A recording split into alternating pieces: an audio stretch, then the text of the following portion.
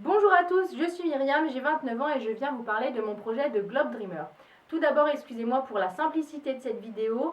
Je ne maîtrise pas du tout le montage vidéo, c'est la première fois que je me retrouve face à une caméra. Moi, mon truc, c'est plus les photos, comme vous pouvez le voir.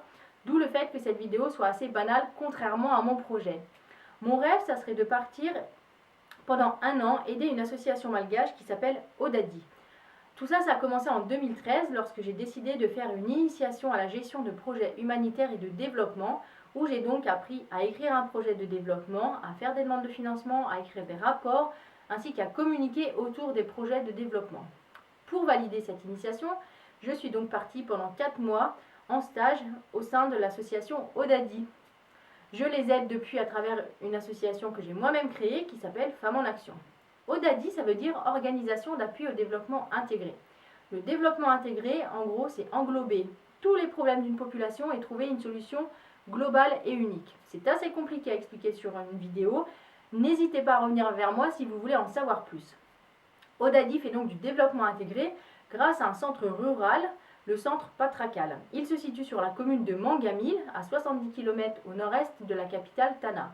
Dans ce centre Patrakal, Odadi propose donc des formations de couture, de cuisine, agricole, apicole, ainsi que des formations sanitaires et sociales, et pour les enfants, des cantines scolaires plusieurs fois par mois, ainsi que des distributions de kits scolaires.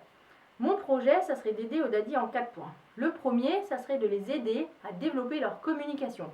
Actuellement, ils sont 8 personnes dans cet assaut et ils en aident 3000. C'est un boulot colossal et formidable, mais personne ne le sait parce qu'ils ne disent rien. Ils sont bien trop humbles pour ça et moi je veux les inciter à communiquer sur leurs actions parce que de nos jours, pour obtenir des financements et des aides, il faut être visible sur Internet. Ils ont un site Internet, une page Facebook, mais ça n'est pas encore assez développé pour pouvoir attirer l'argent. Le second point serait de les aider à vendre les huiles essentielles qu'ils produisent en collaboration avec les ruraux qui habitent aux alentours du centre Patrakal.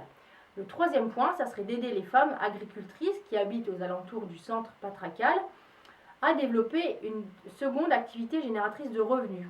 En effet, lors des périodes de soudure ou lors des années difficiles, elles n'ont plus de revenus et donc pour vivre tout simplement, se nourrir, se soigner, envoyer les enfants à l'école, ça devient très compliqué. Avec une seconde AGR, elle pourrait avoir des revenus supplémentaires pour ces périodes compliquées. Le quatrième point, et le dernier, ce serait d'aider l'école de Béorad à améliorer les conditions d'accueil des enfants. Actuellement, ils sont 90 dans cette école. Il n'y a que 2 salles de classe. Vous comprendrez donc que pour étudier, c'est très compliqué pour ces enfants-là. Ils ont besoin d'une 3e salle de cours avec toutes les fournitures et le matériel nécessaire pour ça.